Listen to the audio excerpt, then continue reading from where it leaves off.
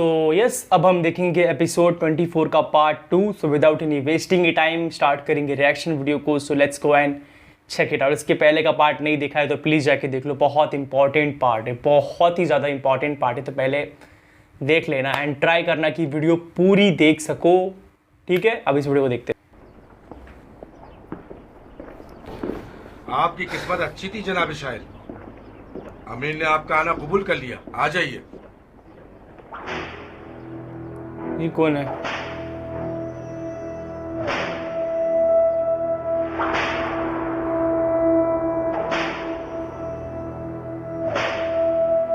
ओ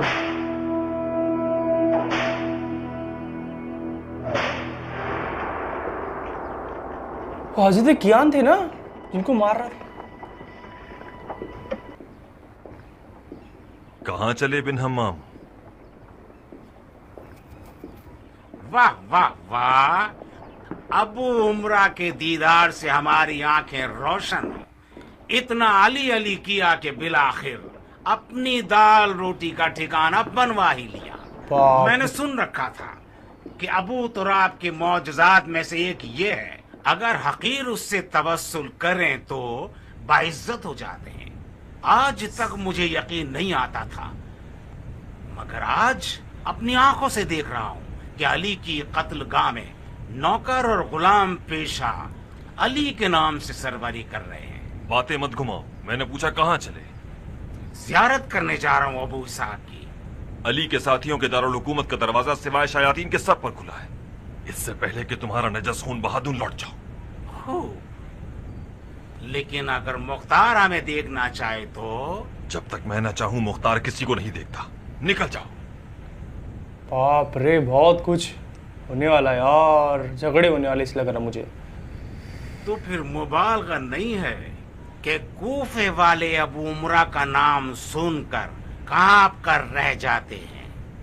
फिर तो हक बनता है कि मर्द हजरात, तुम और तुम्हारे खुफिया आदमियों के डर से बिस्तर में भी राज को अपनी जबान पर नहीं ला सकते।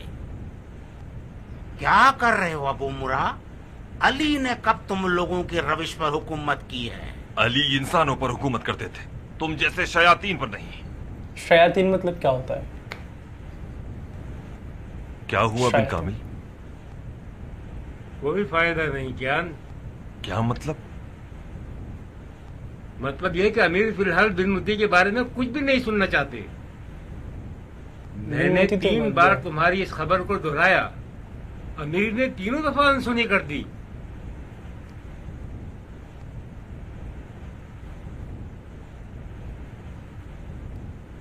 तुम अभी तक यहीं हो मलून? चले जाओ यहां से, इससे पहले कि मैं तुम्हें धक्के मारकर निकालूं।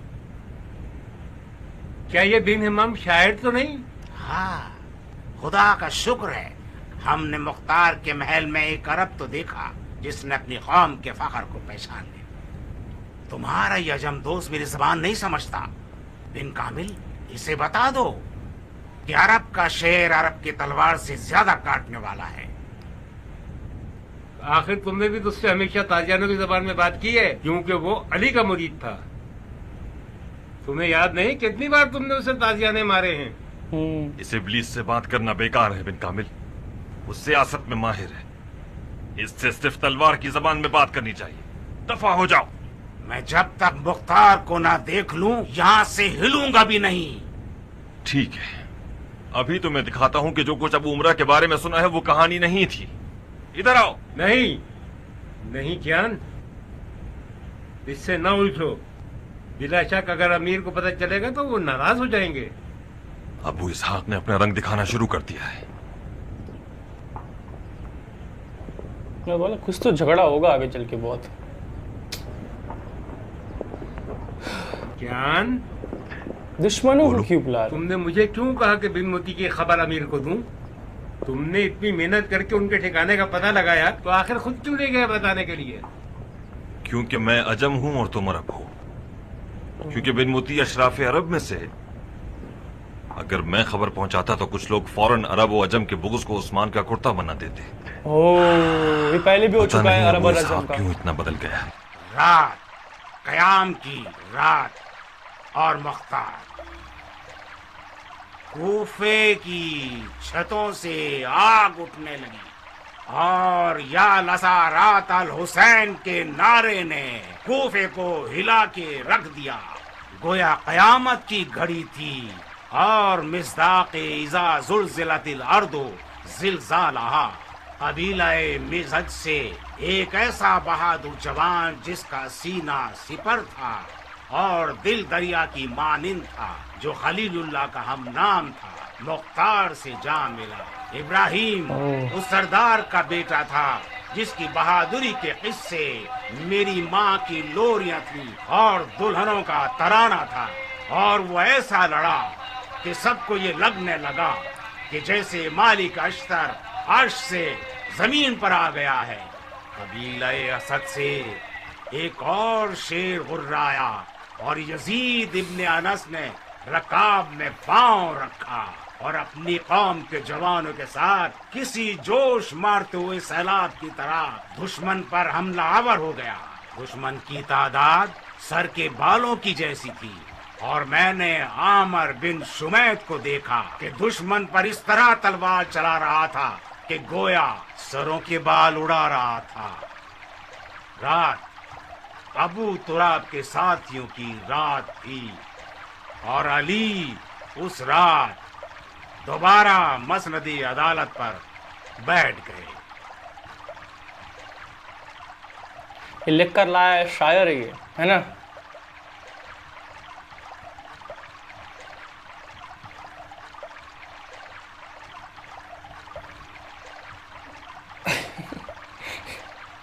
कोई कुछ बोला ही नहीं। तालियां बजानी है क्या? बिन हमाम ने आपकी और आपके क़याम की हिमायत की है, ये सिले का मुस्तहक है। बिन हमाम रुको, मैं अभी आता हूं। बिन हम्माम, एक अरबी घोड़ा और एक कीमती जुब्बा मेरी तरफ से आपके लिए। हाँ, बिन हम्माम एक बड़ा शायर है। वो कई बार अपने अशार से हमें डस चुका है। अगर उसका ये तौबा नामा खुलूस से भरपूर है और उसने खुदा की रजा के लिए अशार कहे हैं तो खुदा उसे जज़ाए खैर दे। और अगर हमारे सिले की लालच में शायरी की है तो मेरे पास कुछ नहीं है। मुख्तसरन ये कि जो थोड़ा बहुत माल था वो मैंने अपने लड़ाकू जरूरतमंद भाइयों को बख्श दिया।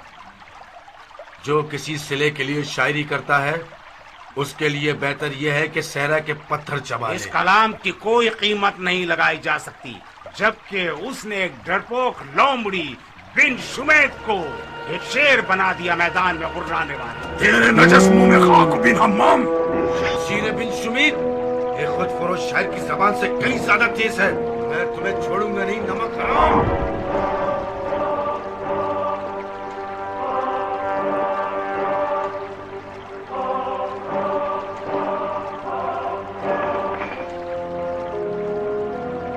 बिन हम्माम मेरी हिमायत में, ये शराफत और मर्दानगी के खिलाफ है। शायर ने आप लोगों की तारीफ की है, आप लोग उसकी तौहीन कर रहे हैं।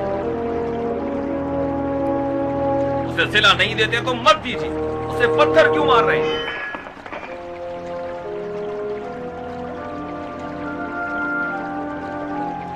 जाइए जाइए गालिब साहब।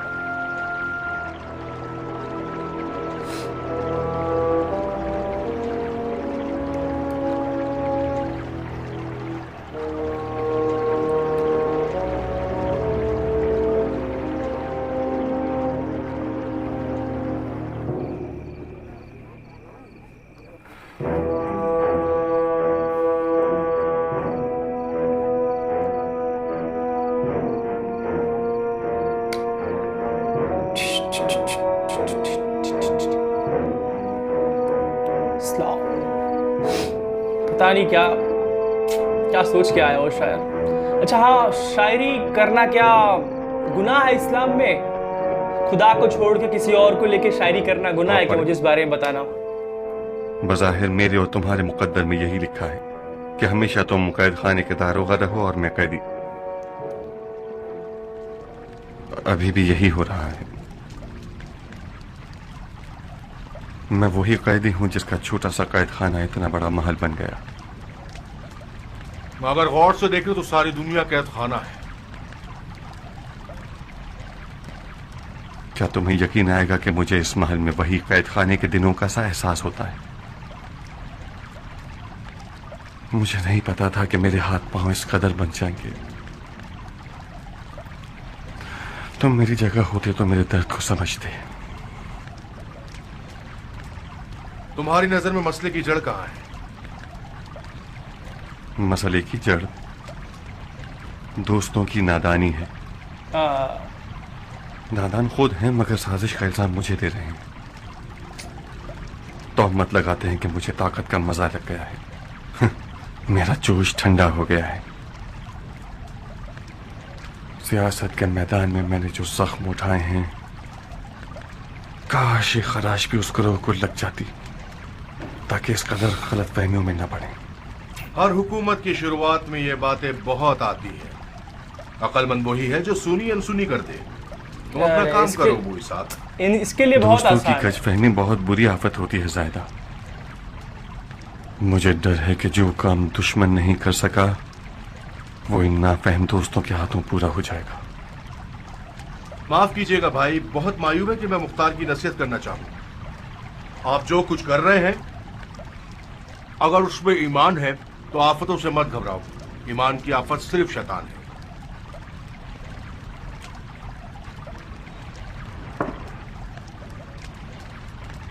औज़ु बिल्लाहि मिनश शैतानिर रजीम।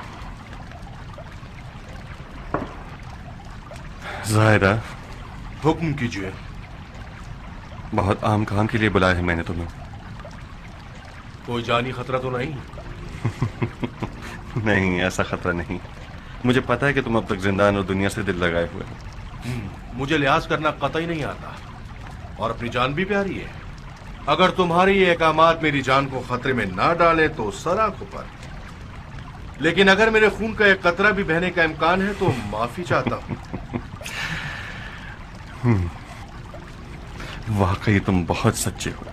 आप हुक्म तो फरमाए चचाजाद भाई।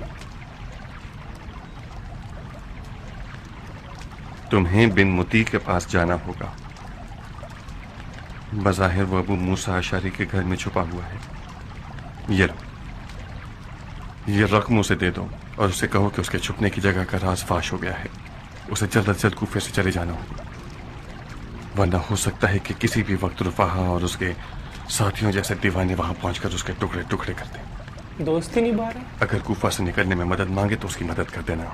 जब तुम्हारे बेखतर अहकामात ऐसे हैं तो फिर तुम्हारे खतरनाक अहकामात कैसे होंगे?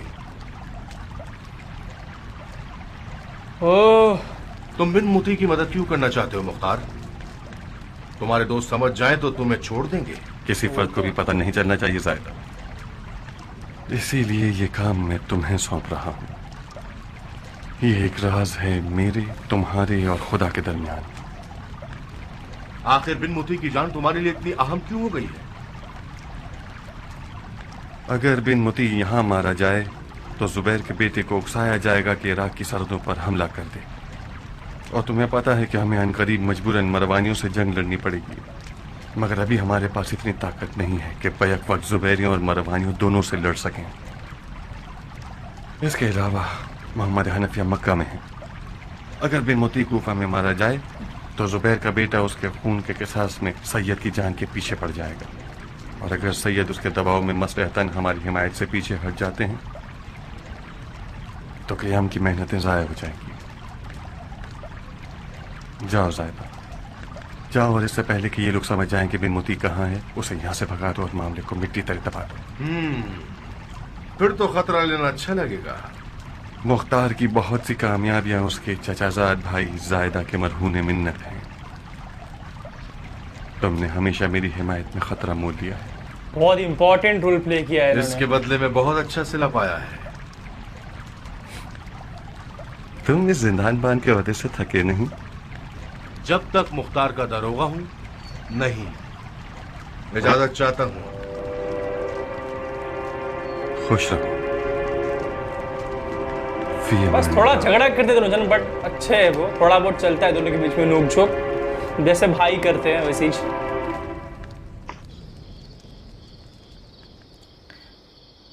बिनमुती होगा ये छुपा हुआ जो है। मुख्तार ने किसी गैरतमंद और शरीफ सरदार की तरह जंगी उसूलों का ख्याल रखा। अगर मैं बदला न दूं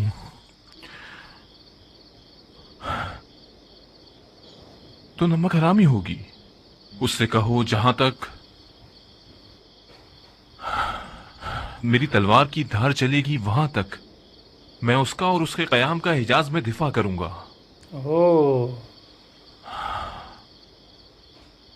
मुख्तार को जो कुछ मिला है वो उसके वाकयान लायक है। जल्दी कीजिए शेख, मुख्तार के कुछ दोस्त बहुत जज्बाती हैं। अबू इसहाक ने अब तक उन्हें रोक रखा है।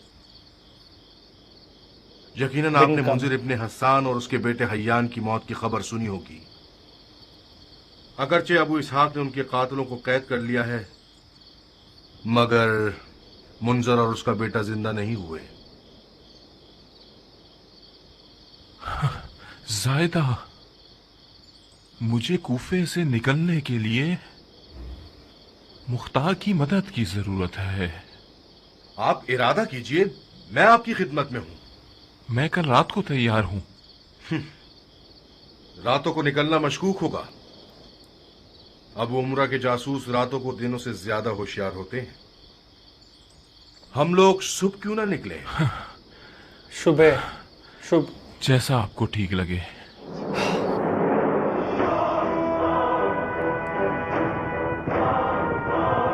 जुबैर क्या बोलेगा उसको, आएगा तो भाग के आ गया ऐसे बोलेगा।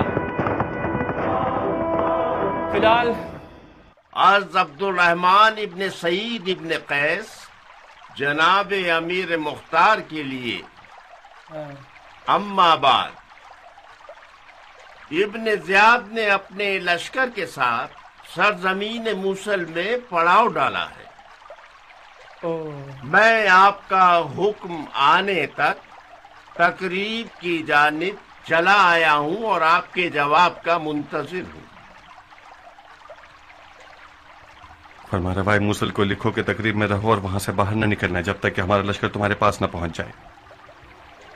और साथ ही सिपह सालार लश्कर को खबर दीजिए कि मेरे पास हाजिर हूं। बज़ाहिर इब्ने मरजाना को मरने की बहुत जल्दी है। मैं अभी तक कूफे के अंदरूनी हालात से मुतमईन नहीं हूं। बिला तकल्लुफ इब्राहिम, जब तक तुम कूफे में हो मुखालफिन में हंगामा आने की हिम्मत नहीं। बेहतर यही होगा कि तुम खुद कूफे में ही रहो और अपनी जगह किसी और को इब्ने ज़ियाद से लड़ने के लिए भेज दो। मेरी आरजू थी कि इब्ने मरजाना को मारना मुझे नसीब हो, लेकिन आपकी मसलहत में मेरा कूफे में रहना बेहतर है, तो मैं रुक जाता हूं। तुमने मुझ पर भरोसा किया, उसका बहुत शुक्रिया। वैसे तुम्हारी नजर में इस हसास काम के लिए कौन मुनासिब है? यजीद इब्ने अनस। अच्छा, मैं डर गया पहले मैं। तो फिर वक्त ज़ाया के बगैर हुक्म दो कि बिन अनस आधे लश्कर के साथ चलने के लिए तैयार हो जाए।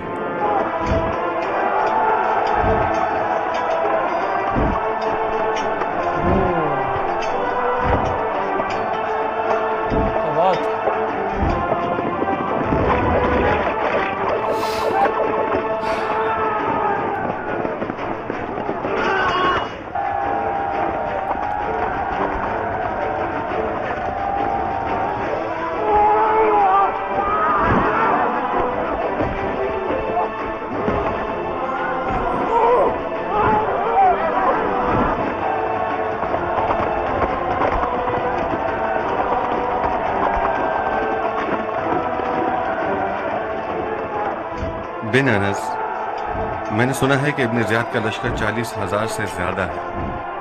क्या यह बेहतर नहीं था कि तुम 3,000 से ज्यादा अफराद ले जाते? आप इन 3,000 को 30,000 जानिए अमीर। मैंने इनमें से एक एक को खुद लड़ना सिखाया है। मेरे सिपाहियों में से एक एक फौजी शामियों की एक फौज की टक्कर पे खुदा ने चाहा तो मरजाना के बेटे का सर अमीर के लिए लेकर आऊंगा। खुदा पर तवक्कुल कीजिए और उसकी जैतून और चश्मों की सरजमीन की तरफ निकल पड़िए। जैसे ही दुश्मन से जा मिलो उसे बिल्कुल मोहलत मत देना। अपनी खबरें लम्हा ब लम्हा मुझे लिखते रहना। हम भी भरपूर अंदाज में नई फौजें आपकी मदद के लिए भेजते रहेंगे।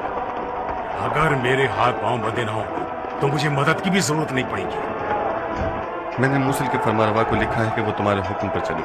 बिन अनस, तुम हर हवाले से मुकम्मल इख्तियार रखते हो। सब बगैर चूं चला के तुम्हारे हुक्म के ताबेदार रहेंगे। बिन अनस, नई फौजों की मदद को रद्द मत करना चाहे तुम्हें उनकी जरूरत न हो। ये अमल दुश्मन के ऊपर जहनी दबाव डालने और सिपाहियों की ढारस के लिए बेहतरीन होगा। मैं चाहता था कि आपको परेशानी न हो। मरहबा बिन अनस, मरहबा। इस आली अज़्म के साथ तो मुझे यकीन है कि तुम लोग कामयाब होगे। खुदा की कसम, अगर दुश्मन से मुकाबले पर जीत न सका तो कम से कम शहादत को हाथ से जाने नहीं दूंगा।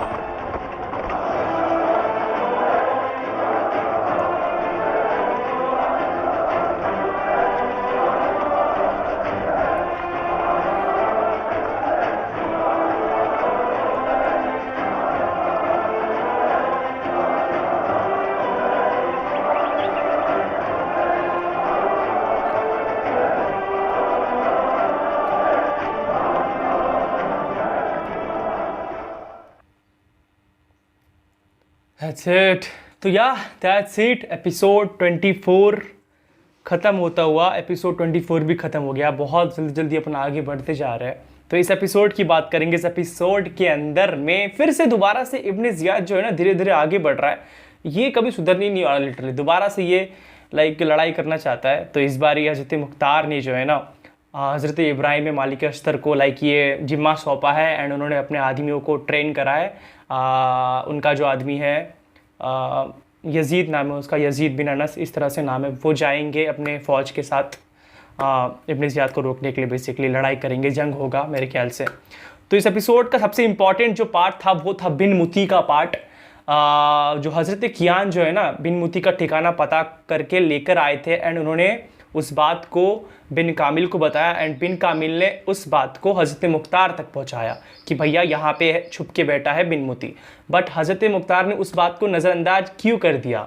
इसलिए कर दिया क्योंकि वो नहीं चाहते थे कि इराक़ के अंदर में बिन मुती का खून बहे। दैट्स वाई उन्होंने हज़रत कियान के बताए गए ठिकाने को नज़रअंदाज कर दिया ताकि इनको कुछ पता ना चले, ये कुछ आगे कर ना सके। उनको बस ठिकाना जानना था। वो ठिकाना जान गए बिन मुती का एंड उन्होंने अपने चचाजाद भाई को थोड़ा सिक्का दिया एंड कहा कि उसके पास जाओ एंड उसे कूफे से निकलने में हेल्प करो।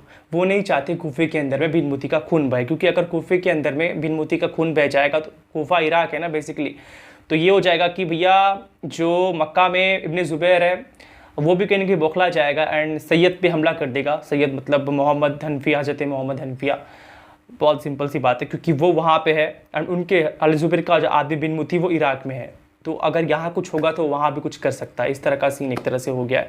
दैट्स वाई वो नहीं चाहते कि इराक़ के अंदर में इराक़ के लोगों पे तहमत लगे कि हमने जो है तुम्हारे आदमी को मार दिया। बाहर निकलो फिर मारो बिन मुती को ख़त्म करो। इस तरह से सीन है, बाहर जाके मारो। वो ये नहीं चाहते कि बस इराक़ के अंदर में खून बहे। बहुत सिंपल सी बात है। हज़रत अजम और वो अरब का कुछ सीन हो जाएगा इस तरह से, है ना। तो यही था इस पूरे एपिसोड के अंदर में। बहुत अच्छा एपिसोड है। बस यही है कि अभी उनके दोस्तों के बीच में जो है हज़रत मुख्तार को लेके थोड़ा सा भरोसा उठते जा रहा है धीरे धीरे, बिकॉज़ कहीं ना कहीं लोगों को लग रहा है कि हज़रत मुख्तार जो है ना वो चीज़ नहीं कर रहे जिस चीज़ की एक्सपेक्टेशन हम लेकर लगाए बैठे थे बहुत पहले से। वो बहुत सारे ऐसे लोगों को अपने साथ शामिल कर रहे हैं जो जिन्होंने कहीं ना कहीं पिछले दिनों में बहुत तकलीफ़ें दिए अहले बैत के लोगों को, या फिर उनको, चाहे वो शायर क्यों ना हो जिसने हज़रत कियान को दुर्रे मारे थे, अपन ने देखा था वो चाबुक से मार रहा था। दैट्स वाई वो बहुत खौल गया था एंड वो कह रहा था कि आखिर हज़रत मुख्तार ने क्यों इसे बुलाया जिसने मुझे मारा था एक तरह से। तो बहुत लोगों को मेरे ख्याल से उसने बहुत लोगों पे जुल्म किए होंगे, है ना, वो शायर जो था। इसलिए हज़रत कियान जो बहुत गुस्सा हो रहे थे, तो आखिर उसे क्यों बुलाया इस तरह से बताया गया।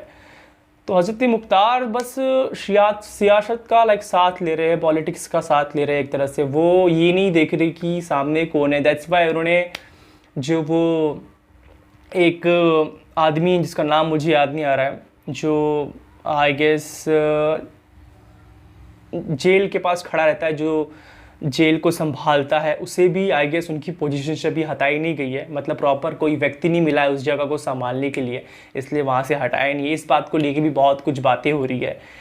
तो धीरे धीरे इस तरह का सीन हो गया, बगावत वाला तुम कह सकते हो। पता नहीं अभी देखो क्या होता है अगले एपिसोड में। अपन ने 24 देख लिया, 25 भी जल्द देखेंगे। बहुत इंटरेस्टिंग ये सीरीज़ है, बहुत मज़ा आ रहा है देखने में। जिस तरह की पॉलिटिक्स चल रही है, जिस तरह के प्लानिंग चल रही है, जिस तरह के लाइक पूरा बनाया गया, इसे सोचा गया है, बहुत बहुत मज़ा आ रहा है इस पूरी सीरीज़ के अंदर में। तो बस इतना ही था। अब देखेंगे अपन अगले एपिसोड में शाम के लश्कर के साथ यजीद बिन अनस की फ़ौज लड़ने के लिए गई है। देखो क्या होता है, नहीं होता है।